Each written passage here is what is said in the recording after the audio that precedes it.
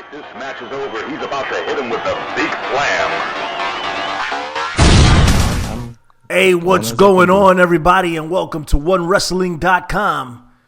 Big Slam Nation. Not really Big Slam Nation, but it's a WrestleMania special. Since we're so close to WrestleMania, we've decided to come up with the top 5 WrestleMania matches of all time. And in order to do something like that, you got to bring out the big guns. And trust me, my guns are much bigger than yours. I got my man, Professor Anthony Quintana, all the way from Bombay, New Jersey, and the king of old school, Bill Skylar. I mean, come on. It doesn't get any better than that to put together a list like this. What's up, guys? Bill, tell me something, man. What is going on? Excited for WrestleMania season, although the word on the street is everybody is down for Big D in Dallas for NXT over top of WrestleMania so far. Let's see. Professor Anthony Quintana, say what's up to the people, man.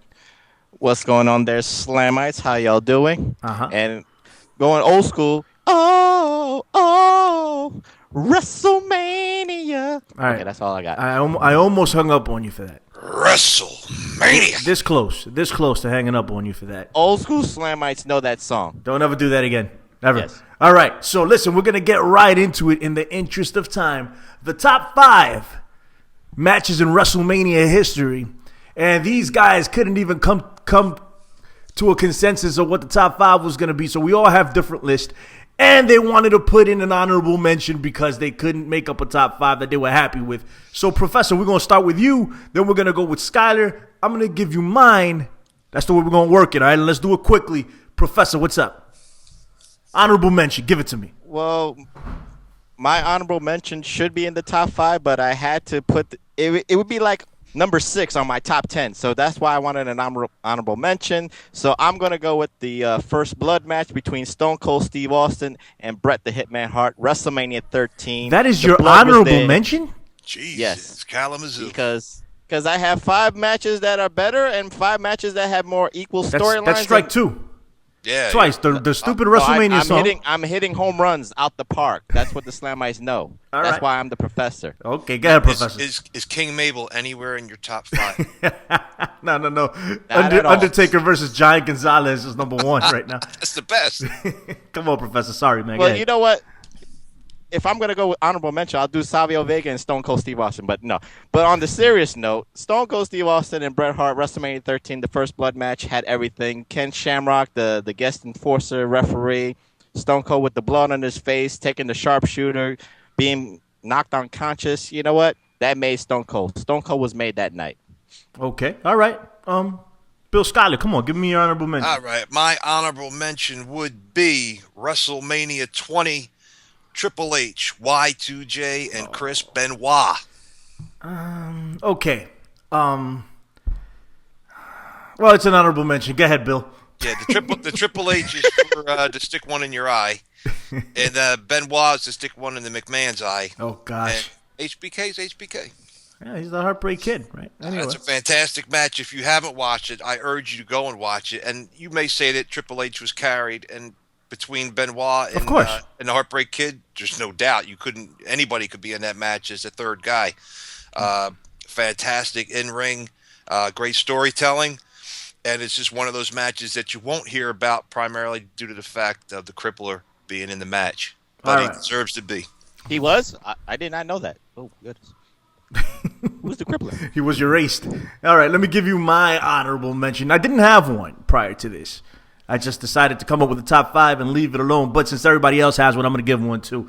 And my number 6 match would be Hulk Hogan versus the Ultimate Warrior, WrestleMania 6 at the Sky Dome. I remember back in the day, little Billy Ray Valentine didn't have cable, and I couldn't know who won now. And I wanted to know. I was a really big Hulkamaniac, but I thought the Ultimate Warrior was going to win. And I was riding the train that morning, and people were talking about it. They were like, yup, Hulk Hogan lost. And I cried when Hulk Hogan lost to the Ultimate Warrior. I celebrated like you wouldn't believe. But let's look at it, man. I remember the build up to this at the Royal Rumble. Hogan and the Warrior, when they stared each other down and then they gave each other the double clothesline. I mean, we need stuff like that again. They could have done it this year. They could have done something like that. They haven't. But epic stuff. That was the match of all matches, Intercontinental Champ versus WWE Champ, winner take all. Ultimate Warrior went over, and it was amazing. It was the stuff for childhood dreams. I think anyone who was a wrestling fan back then would remember fondly that match. Professor, you're gone. Well, I think I can still hear you. Can you talk? Yes, I can talk. Well, I can still hear you, but your camera's gone. Anyway, give me number 5. Give me your number 5. My number 5 match is from WrestleMania 8, 1992, between Macho Man Randy Savage and the Nature Boy Ric Flair. Woo! I love this match because of 2 reasons. One, because of the storyline that was building up for it. Because even though everybody in WrestleMania 8 wanted Hogan against Flair, I think the storyline for this build-up was equally as good. I mean, the attempted adultery by Ric Flair to Miss Elizabeth, that was great. And me marking out that Ric Flair came from NWA, WCW to go to WWE and winning the Royal Rumble and winning that match, I was amped up for this match. So this was a great match all around. It stole the show. It should have been the last match, not Hogan and Sid Justice or Sid Vicious, whatever you want to call it. But it was great from top to bottom from there. I agree with you, man. That was a great match. But that WrestleMania, it's probably, I want to say it falls short of all the other WrestleManias of what it could have been, because it should have been Flair versus Hogan. That's what everybody wanted to see. I mean, Flair versus the Macho Man was amazing, and Hogan versus Sid Justice did its job, but it should have been Hogan versus Flair, WrestleMania 8, and nothing was topping that if that happened. Yeah. Come on, Bill. Give me number. I'm sorry, go ahead. The year prior to that, I had been, I saw the house show at the Spectrum in Philadelphia when it was finally Flair and Hogan in the ring. Flair beat Hogan. Flair beat Hogan. I remember that promo on Superstars. And it was just, that was just history in the making right there. And for them not to put that in at WrestleMania, I was at a loss. I think that was just something where Hogan probably had some type of call on that, and he did not want to face Ric Flair and get one-upped in WrestleMania because McMahon was solidly behind Flair from get-go. And but I was much happier with the Savage Flair match. I had waited to see that for years. But I'll get to that later. My number 5 is the Hardy Boys versus Edge and Christian versus the Dudleys, tables, ladders, and chairs. A good argument for that. WrestleMania 17. All right. One of the greatest spots in WrestleMania history, that clothesline off the top ladder, Edge hitting Jeff Hardy all the way down to the mat, and just ridiculous ladder and chair stuff was just crazy. The table stuff was great. They had them stacked up outside the ring, and I think it was Devon and Matt Hardy went off the big ladder in the middle of the ring and spilled outside through both tables. Just one spot after that feud between them guys could unfortunately could still be going on today if it wasn't for the injury with Edge and Christian's retirement. But I mean, the Hardys are still going strong, and still the Dudleys. Yeah, man. Good pick, Bill. It's different. I don't think any of us had that down. My number 5, and I'm all right. So, Ultimate Warrior isn't a good wrestler. We know that. But this is already the second match I'm going to name with the Ultimate Warrior at WrestleMania. It's Ultimate Warrior versus the Macho Man Randy Savage retirement match. I think it was 7, right? WrestleMania 7? Yeah. Epic. Yes. Epic match. Incredibly epic match. The storytelling in the match was amazing, and the Ultimate Warrior looked like a dominant figure. I don't know who booked this match. It's probably the Macho Man, because the Macho Man had that mind. But when the Ultimate Warrior put his foot on the chest of the Macho Man, put his hands up in the air, it was a wrap. It's like the Macho Man's career is over. And I was like, wow, is it really over? That's it? He's done? And I mean, the match was incredible. Like, if you haven't seen it, go back and watch it. And then at the end, Miss Elizabeth comes out and reunites with the Macho Man, and that's some more epic storytelling. That's my number 5. That was a great match, man. What do you guys think of that match? Yeah, that blew away the Hogan Warrior match for sure. Ah, definitely. It was amazing. Professor? And don't forget the people that cried in the arena. The one epic camera shot of the little 10-year-old boy crying with his glasses on tells the story with Miss Elizabeth and Macho Man hugging and kissing and reuniting there. So very, it was great. It was very a great cool. match. You want to move on to your number 4, Professor? We got a good pace going here. I like this. Number 4, Professor. Number 4 for the Professor. I'm going at WrestleMania 10 between HBK and Razor Ramon, the first ladder match that really people saw on TV. Historic. That stole the show of WrestleMania 10. You know, people could say WrestleMania 10 was a little bit lackluster with the ending and the 2 matches for Yokozuna, but of course, the WrestleMania moment and the history. That's why I picked this as my number 4 match. I mean, Razor Ramon and HBK, the 2 Intercontinental titles, you know, who was the true Intercontinental champion. That was a great storyline even in itself to be told. Yeah. And it was a great ladder match. And the crowd was into it. You know, that was before the ladder matches got too cliche and just too niche. Right now, it was the first dramatic ladder match that anybody ever saw, and it was a great story. It was a game changer, man. I agree with you. Give me your thoughts on that, Skylar, and then move on to your number 4. Yeah, I mean, that match, I'm sure younger fans today would probably be bored with that match because they're so used to what ladder matches are today. But again, that was the first that you really saw something that epic in a main event situation at WrestleMania. 2 of the best guys that were in the business, the double workhorse belts, going at it for the 2 Intercontinental titles, and you just can't go wrong with the early edition of the Click making their name known. All right. Wow. Very cool. Give me a number 4. My number 4 would be WrestleMania 20. The Olympic medalist Kurt Angle going up against Eddie Guerrero. Nice. Okay. Another just solidly unbelievable wrestling in-ring. Angle, for a lot of people who don't realize it, was a rookie. Still early in the business, took to this like a fish to water, and him and Eddie just had some great matches leading up to this. Again, this is when they used to have real storylines being built solidly throughout the year, and Eddie and Angle just pulled this off, and it's something that I think is missing with the WrestleMania stuff in the last few years. Is that it used to be that Vince would start writing WrestleMania the morning after that year's WrestleMania, and he would have the whole year pretty much booked. And they don't do that anymore, so they don't have the storylines, and things just sort of wobble in the air up there, and some things catch and some things don't. But that's one of the things I think they're having a problem with and getting that done. What the hell are you doing over there? Well, Bill Skylar's talking about Eddie Guerrero and Kurt Angle. I'm just doing Viva La Raza. Oh, is that what that's supposed to be? I thought he was wobbling in the air. I had no idea. It's like a wind came by and was taking him away. I was like, what the hell's going on? Anyway, let me give you my number 4. That was a good pick, Bill, and I like that match. Let me give you my number 4. Okay, so for my epic number 4 match, I got one of my favorite wrestlers of all time, Shawn Michaels, versus The Undertaker, WrestleMania 25. This match was epic. They call it probably the best WrestleMania match of all time. A lot of people call it. I'm not going to go there. The second match that they had was also epic. I could group them in here, but I'm not gonna. I'm just gonna pick 25. I wasn't expecting it to be that good, if that makes any sense.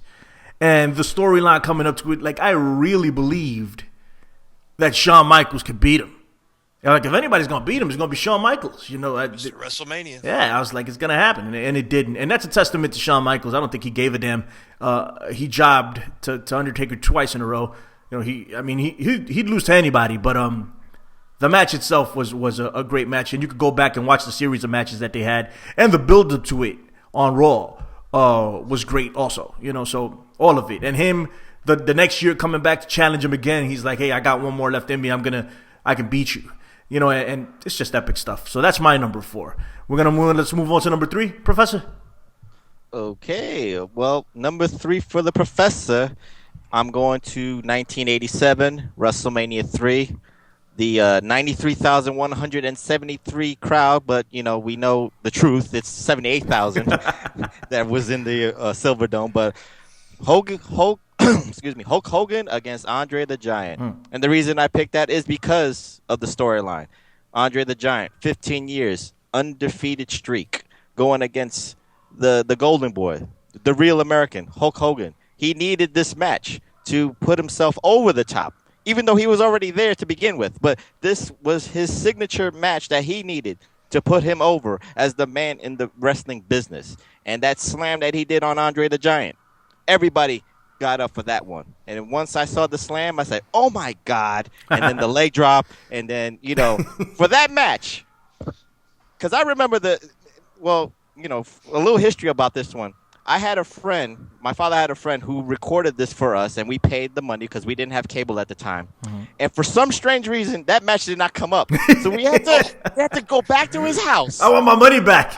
Not my money back. I wanted the tape of the second part. So we had to go. It was like 2 a.m. They had to re-record the Hogan and Andre match. We got it, and then about 2:30 in the morning, I got to see Hulk Hogan win. And as a Hulkamaniac, I was happy. So that's why I picked it as number 3. Very, very cool story, man. I'll give you my story on WrestleMania 3 soon.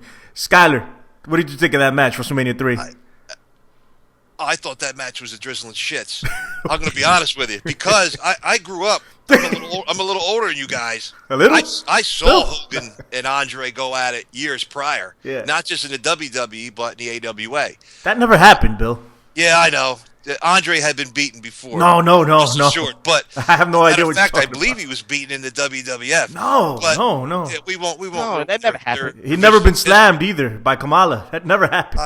I almost thought in St. Hanson, I almost thought the professor was going to say the smartest thing he had said all night, because he mentioned WrestleMania 3, 1987. But no, he went with Hogan and Andre. But don't worry, Skylar. I will be smart. I will be smart. Don't worry about it. It should have been the Macho Man Randy Savage, because it's Sunday. Shout out to the Sunday segue. Nice. Yeah, versus Ricky the Dragon Steamboat in one of the most epic matches in WWE history. Is that your number 3? That's my number 3. Wow. Savage and Steamboat. Boom. Nice segue there. Yeah, there was nothing you didn't get matches like this on the upper card that much. And I really handed off to them trusting Savage and Steamboat to carry this big match and have it, a real wrestling match at that time, when it was really nothing but the land of the giants at that time. And this Savage does what he does. I mean, he pencils these matches in. They wrestle him like for 5 days prior to go over every possibility of what could happen in the ring. And that was Savage's MO for all his big matches. And this went back and forth with me as which was the best in the series. Was it Savage Steamboat or was it Flair and Steamboat? That's a story, of course, for another day. But Savage and Steamboat, to me, stole the night for WrestleMania 3. Absolutely. And the only thing that was disappointing with this is the fact that I really think Steamboat deserved to have won the title that night, especially after having the larynx crushed and the entire storyline, which was a phenomenal. Did he win? Steamboat won, right? Yeah, he did. Yeah. What? Ricky Steamboat won that night. Oh, he didn't. Didn't they change? They didn't change history on that? Oh, you're talking about the honky tonk man. No, either way, like I say, great match. Yeah. And just one of those things that these guys could have went on for more feuds down the line, but they did not. Hey, man, that's my number 3. Ricky Steamboat versus the Macho Man Randy Savage. And I struggled with this because I wanted to put it higher because it's one of the greatest matches I've ever seen in my life. Even when I was a kid, I was very young when this happened. I knew I was watching something special.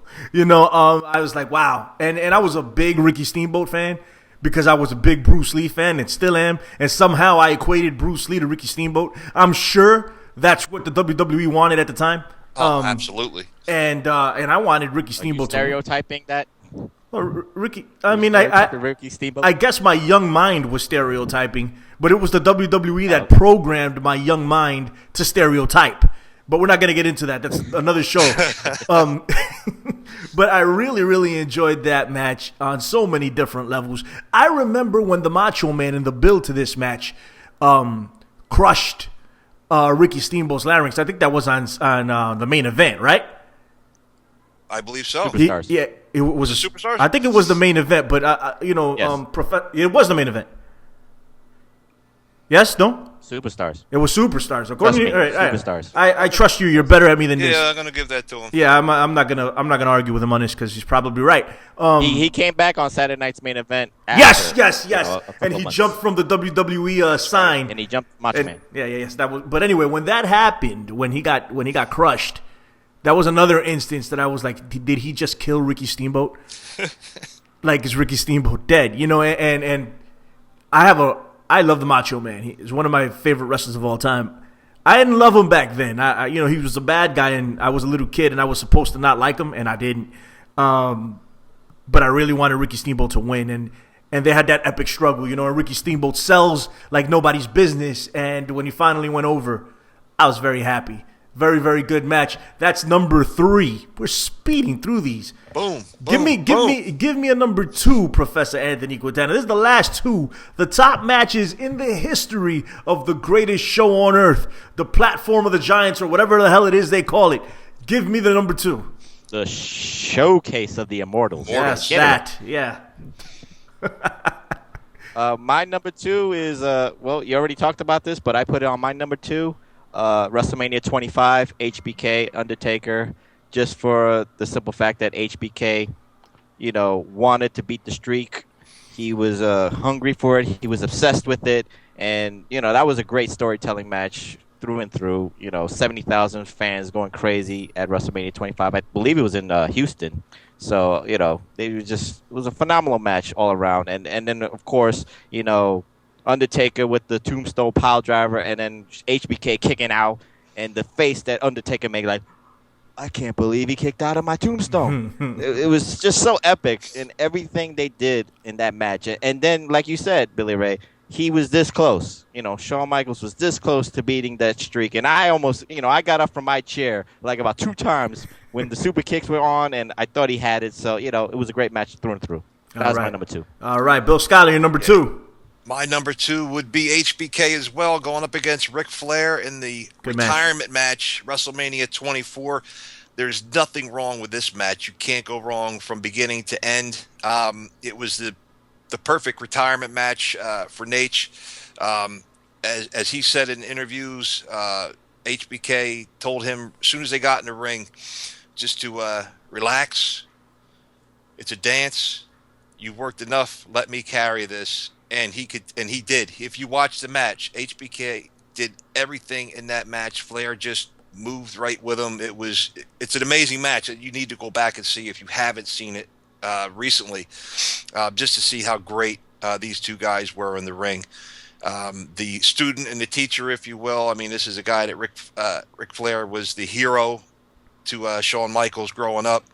His main reason for getting in the business, and nobody else, in my opinion, could have been the guy to retire Flair. Unfortunately, he didn't stay retired, but, all those ex-wives, you got to pay the You got to come back. You got to work, man. You got to work.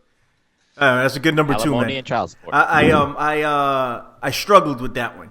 I didn't watch it when it happened. I watched it after the fact because, I think that was in one of my wrestling hiatus that I take from time to time that I just don't watch because I'm so dissatisfied with the product. But when I did watch it, it was epic, and 2 of the greatest performers of all time, and the whole kick at the end, I love you, kick him in the head, and you're done. Great match. My number 2 could have easily been my number 1, but my number 1 is my number 1, and that's why it's my number 1, if that makes any sense to any of you. My number 2 is WrestleMania 18 in Toronto. It wasn't Toronto. Pretty sure it was. Anyway, The Rock versus Hollywood Hulk Hogan. Epic match. I don't care what anyone says. When Hulk Hogan got in that ring and when he tied up with The Rock, and he just threw The Rock into the corner and started to pose down like Hulk Hogan does, I lost it. I mean, lost my mind. The psychology of a Hulk Hogan is second to none. Second to none. How he can move a crowd without wrestling. Just by doing this or by doing this. He knows what to do, when to do it, how to do it. And at that point, The Rock was the man. The Rock was untouchable. He got booed that night. Almost like his cousin Roman Reigns gets booed on a regular basis now. And Hogan was the bad guy, but Hogan was rejuvenated that night. It was another run for WrestleMania because of that match. Another WWE title run because of that match. I don't think they were expecting Hulk Hogan to have the support that he did that night. No, no way. And he lost that match. He lost to The Rock. But that match was you can make an argument for it being the greatest WrestleMania match of all time. The crowd was on another level. And that's another thing that makes these matches epic. It's how much the crowd gets into it. There's a lot of factors in a great match, just like there's a lot of factors in a great wrestler. And the crowd is integral in a great match, and they were on another level for this match. Hogan and The Rock, epic. The Rock went over. That's my number 2. We're going to get it. Hey, you guys got anything to say about that? No, that was a match that blew all expectations. Yeah. I didn't expect Hogan to be over that much with this new generation that was there. And The Rock, as great as he was, I mean, even he had to hand it over to Hogan with that, and it was just monumental. And that was definitely a match, as they would say, of the Immortals. That was definitely one right there. Hell yeah. Professor. You can't go wrong with that. The crowd dictated the story. The crowd dictated that story. You're right, Bill. It's just that, Hogan knows how to play that crowd. Yeah, man. And in the beginning, the look that both Hogan and Rock, when they turned their heads to the side, looking at the fans, the crowd. They would cheer. Yes. They were looking at the crowd, just, getting in awe of the moment right there. That forget about the match itself. That beginning moment where they're looking at the crowd and just seeing 60,000 fans in Toronto going crazy for this. Man. This is psychology right there. Sometimes, the simplest things that I want fans to understand. The professor wants you to understand the psychology of wrestling, but that's another story for another day. Not about these spot monkey moves. Hey, let's go. I love Ring of Honor. You cut it out, okay? I know where you're going. Anyway, it's an epic match. You know who else loves Ring of Honor? Who? New Japan Pro Wrestling, when they beat their ass.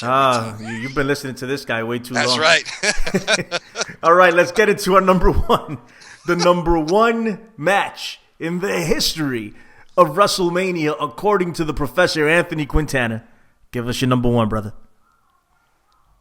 My number 1 is a timeless classic, no matter what. I don't care if it goes up to WrestleMania 100. This match is always going to be number 1 in the Professor's eyes. WrestleMania 3, 1987, Macho Man Randy Savage, against Ricky the Dragon Steamboat. Epic match. I think we've already talked about it so much. The build-up, the storyline, the crushed larynx, Ricky Steamboat, If anybody ever remembered the Superstar interviews with the Doctor and Ricky Steamboat talking like, talk like this. I mean, it was just, A-Track said it during the BSN episode. He cried when Ricky Steamboat gets hurt. And, the Professor cried when Ricky Steamboat was out for like about 3 to 5 months there, too. So that's why it was such a great match. And then, of course, this match made the smaller guys like Chris Jericho say, this is why I want to get into the business. Man, anybody who wants to get into the business, see this match. And that's all I have to say. It's a timeless classic no matter what. Landmark match and an excellent choice. I can't even argue with you on it, even though I want to because we argue about everything. But yes. I can't. I agree with you, Professor. Very nice. I mean, I don't agree with you that it's number 1, but it could be. It could be number 1. Your number 1, my number 3. Irregardless, it's in the top 5, and anybody that wouldn't have this in their top 5, I don't even need to talk to them because they don't know what they're even talking about. Well, we're all can't go wrong with Savage and Steamboat. We're all anxiously awaiting the number 1 pick of one Bill Skylar. What is your number 1 WrestleMania match of all time, Bill? My number 1, and this was a game changer for don't steal my thunder here. Don't steal my thunder here because you're gonna. It could be. I think it's going to be. I think so. Bret the Hitman Hart, Stone Cold Steve Austin, WrestleMania 13. Both men came in. Wait a minute, Skylar. Wait a minute, Skylar. I'm sorry. You told me in the text that your number 1 was Tito Santana versus the Executioner in WrestleMania 1. What's going on? You changing them around? Yeah. He just, Okay, that's it. The executioner. Go ahead, Bill. Finish off. Yeah, Stone Cold, the Hitman, ring psychology. This match had it all. To come in and do a complete flip on who was the heel and who was the face. By the end of this match, had the entire wrestling world talking. It made Stone Cold Steve Austin even more so than him becoming 316 Austin. To me, it was for these two guys to be able to do what they did and then to just skyrocket from there. I mean, the Hitman had been there and done it all up at this point, and now he was able to take it into a whole other direction for himself.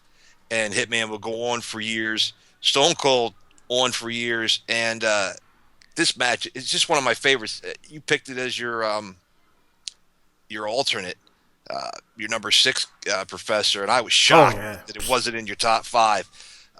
This, to me, I mean, you could go all kinds of, you're going to have your guys that are going for Hogan, you're going to have your guys going for HBK, Undertaker, etc. But to me, this was everything and anything, and it changed the business again. Yeah. And definitely my number 1 without hesitation. Hey, Billy Ray Valentine, what's your number 1? My number 1 is Bret the Hitman Hart versus Stone Cold Steve Austin, WrestleMania 13. This is my favorite match of all time. It's my favorite match of all time. I remember sitting, watching the match, and not knowing who I wanted to win. Because I loved Bret Hart, but I loved Steve Austin. And I loved Steve Austin when he was stunning Steve in WCW. It was a different character. Stone Cold was a different guy. But it was still Steve Austin. And he was on the verge of ascending. He was picking a fight with Bret Hart. And Bret Hart wasn't ready to let go yet. Ken Shamrock was the enforcer. And it was two paths crossing. Stone Cold was going one way as a fan favorite, and Bret the Hitman Hart was going another as a heel. And it was just the beginning of it. And first off, the match from top to bottom was epic, but it was at the end when he applied the sharpshooter, and Stone Cold Steve Austin would not give it up. He would not tap out. And that's the story. Like this guy, he's like, screw you, I'm not tapping. Now you're going to have to kill me. You're going to have to kill me. And he passes out in a puddle of blood. He passes out, loses the match. And I didn't know how to feel. I was like, okay, Bret Hart won. That's good, but Stone Cold lost. Like, damn. What happens here? And I wasn't smart enough to know at that point. No, my wrestling IQ wasn't. I was still. I mean, I will forever and always be a wrestling mark. I don't care if you think that's an insult. That's just what we are. If we're sitting here talking about wrestling, we're wrestling marks. Yes, we're wrestling marks. That's just the way it is. So clear your head of that term. Whatever. Another story for another day. But at that point, I wasn't as smart. My wrestling IQ wasn't as high to know that Steve Austin was going to really benefit from this. I didn't know. I was still the fan looking at it like, damn, Steve Austin just lost. What's going to happen? Like, I didn't know he was going to just take off and eventually get it back from Bret Hart. And that feud is one of the greatest feuds of all time. And then Bret Hart snaps and pushes Ken Shamrock. And then Ken Shamrock gets at Bret, and you're like, oh, my God. Like, it was just mind-blowing, that entire match. Like, I was like, Bret Hart is going to be a bad guy. And then Bret Hart was a much better heel than he was a face, in my opinion. He was an excellent heel, so it changed the course of professional wrestling. I think it was also the launching pad for the WWE to eventually take over WCW. I think if you want to see when the WWE started gaining like some serious momentum, you got to go back to that. You got to go back to that match, and they were like, "Wow, this is real here." They know what they're doing. What's up? And Billy Ray, not only that, it woke up Vince McMahon to see what the crowd was going with. You know, they weren't going with the good guy versus bad guy. He finally accepted that there was that term shades of gray. So you know what? If you like Austin and he was doing the heel things or the bad guy things, and that's what you gravitated towards, that's what, Vince McMahon said, I got to, give the fans what they want. And, Bret Hart was a victim of, he wanted to be the hero so bad, but the fans either A, grew up, or B, just was not interested because you had, like, in WCW, the NWO being cool and being heelish. So that's what you was going towards, the Attitude Era. And, this match really solidified the Attitude Era. Yeah, it was the launching pad. That's exactly what, that you couldn't have said it better myself. It was the launching pad.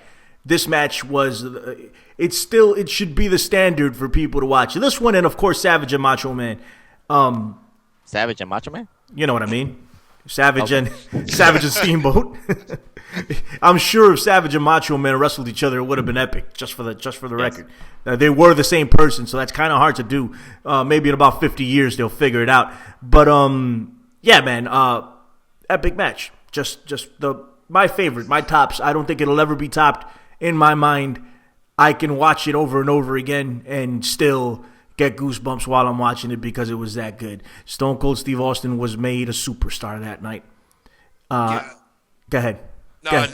With Stone Cold going into the stratosphere in a place he hadn't been yet, and Hitman becoming that heel that he was when he first came into the WWF with Jim Neidhart, with the Hart Foundation, and to relaunch the Hart Foundation. The Hart Foundation, epic. The second incarnation. Yes, with the whole crew, and where they would get booed out of the building no matter where they were in the U.S. But if they would just walk over that border into Canada, and they were the heroes of the nation. Yeah, man. And every face in the WWE locker room was booed out of every Canadian. It was just amazing to be able to watch that and see, especially on the live events, where those Canadian crowds were just so fervent behind the foundation and Hitman. That goes on for where it did, but I mean, just a testimony to Bret Hart's in-ring abilities, his ability on the microphone, everything about it. I think he gets left behind a lot in people's memories here in the U.S. Compared to Stone Cold and HBK and all the other guys who kind of went into a different level, and Hitman, who tarnished his career by going to WCW and then completely blowing it with the guy that could have took that company and launched over top and above the WWE again with him, and they blew it. McMahon knew what was going on with that. I think the Hitman knew what was going on with that. That was a strategic, guerrilla warfare, if you will, to go in and bleed the other company dry.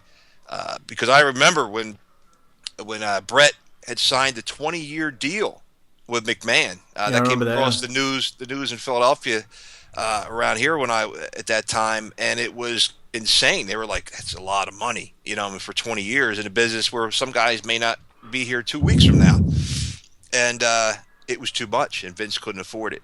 And it did what it did. And speaking of other things surrounding it, I wanted to say it, and I forgot to, for Savage and was it Savage Steamboat? It was Savage and Macho Man, according to me. Yeah. Savage Steamboat.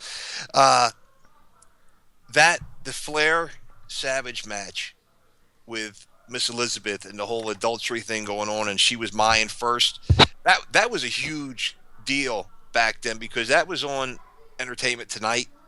They had done a lot of build on that around the entertainment world that had nothing to do with wrestling. And I remember watching, because you didn't have the internet and stuff like that then. And I was tuning in at 7 o'clock to watch Ric Flair and WWE news being on Entertainment Tonight, and it was wild. And when Flair became champion, and I was hoping, and they never did it. I think McMahon was afraid to put him in a live situation.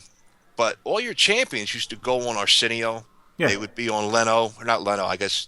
Was it Leno back then? Yeah, I think so. But I mean, the champs would go on these shows, and they would go on and on and on with him. And I was like, cannot wait for Ric Flair to walk out there in the freaking 3-piece suit, talk and all that, and they never did it. I think that was a blown opportunity. Well, maybe so. But that wraps up our top 5 WrestleMania matches of all time. Now, we're going to do one more thing before we take off here tonight. And thank you for tuning in to 1WRESTLING.com and watching this show. Looking forward to the next WrestleMania not too far away from now. But before we leave, I want to get top feud in the history of WrestleMania. We're going to go Professor. Then we're going to go Billy Ray Valentine because I'm tired of you stealing my thunder over there in Pennsylvania, wherever the hell you are, in New Jersey. I don't know. Anyway, listen, Professor, give me your number one feud in the history of WrestleMania. Come on. You know what? I think people will go with Stone Cold and The Rock with their trilogies, but you know what? For me, the Professor, I have to go with the obsession that both HBK and Triple H had with trying to defeat the streak. From WrestleMania 25 to WrestleMania 28, you just saw the obsession that these two guys had, and it just kept building and building. And then by the time WrestleMania 28 came and Hell in the Cell was like the end, they called it the end of an era, and those three guys were intertwined with each other. And that's, to me, was a great feud because they respected The Undertaker so much, and they respected the streak, but they also wanted to be the guy to say that I was the first to beat the streak. And neither of them could, and they came up short. But to me, that was the best build-up feuds when they did it on Raw to Manias. Well, those are two different feuds. You got to pick one, man. That's the same feud because they're that all is not intertwined. the same feud. Everything Did you intertwined. hear me? I can say, Did you hear me? Did you hear me? Talk to me. I would go with HBK. No, Professor, you still there? Yeah, I'm here. Oh, okay. Talk to me. What were you saying? Did I hear you? I heard you. I said that is an intertwining feud because it all connected with each other. All right, so let's you cannot connect. deny that. Let's connect Psycho Sid against The Undertaker. Let's connect that. Let's connect Giant Gonzalez against The Undertaker. They're all connected. They're all trying to beat the streak, right? Snuka, Kamala. Yeah. That was an excellent. You know, if you want to talk about the streak being the feud, which I don't think it's a feud. They're different feuds. That's fine. It's not the feud of the streak. It's not the feud of the streak. It was the feud because of these two guys that were respecting The Undertaker so much. I mean, by this time, the streak was the buildup for WrestleMania. That's what everybody wanted to see at WrestleMania. They wanted to see, to see someone beat the streak. Listen, and these two guys did it perfectly. Let's not tarnish the Shawn Michaels versus Undertaker matches and grouping them in with Triple H's. That's exactly what you did. Let's not group them in with Triple H's. We'll talk about Triple H Undertaker matches on their own. Okay, Undertaker versus Shawn Michaels. You can't compare that or intertwine that with anything. That's a feud all in itself. I wish A-Track Brown was here to shut you down on this. Billy Ray. Actually, maybe not. Did you watch all the Monday Night Raws like I have? Yeah, I did. I know the story. So it you don't understand matter. how they intertwined with each other for those 4 WrestleManias. It did. I also understand how Bray Wyatt and The Undertaker intertwined to those matches. They were all trying, well, not Bray Wyatt actually because he was already beaten. But I also understand how Brock Lesnar and The Undertaker intertwined because they were all trying to beat the streak. We can make that argument all day long. Hey, listen, the only feud in WrestleMania history to carry over to 3 WWE main events, one of them was a co-main event, was Stone Cold Steve Austin versus The Rock. All 3 matches were epic, especially the last one when The Rock went over. That's the only one. It hasn't been done before. I'm sure it'll be duplicated 3 times in WrestleMania, in different WrestleManias, the same match to headline. You know, I'm sure it'll be done again. But up until this recording, it hasn't been done. And that feud carried a generation. I'm stuck with the Macho Man today. It carried a generation. The Rock versus Stone Cold Steve Austin. And that is the only feud in WWE history that is considered number 1 in my opinion. Bill Skylar, go ahead. Yeah, number 1 definitely would be The Rock and Stone Cold.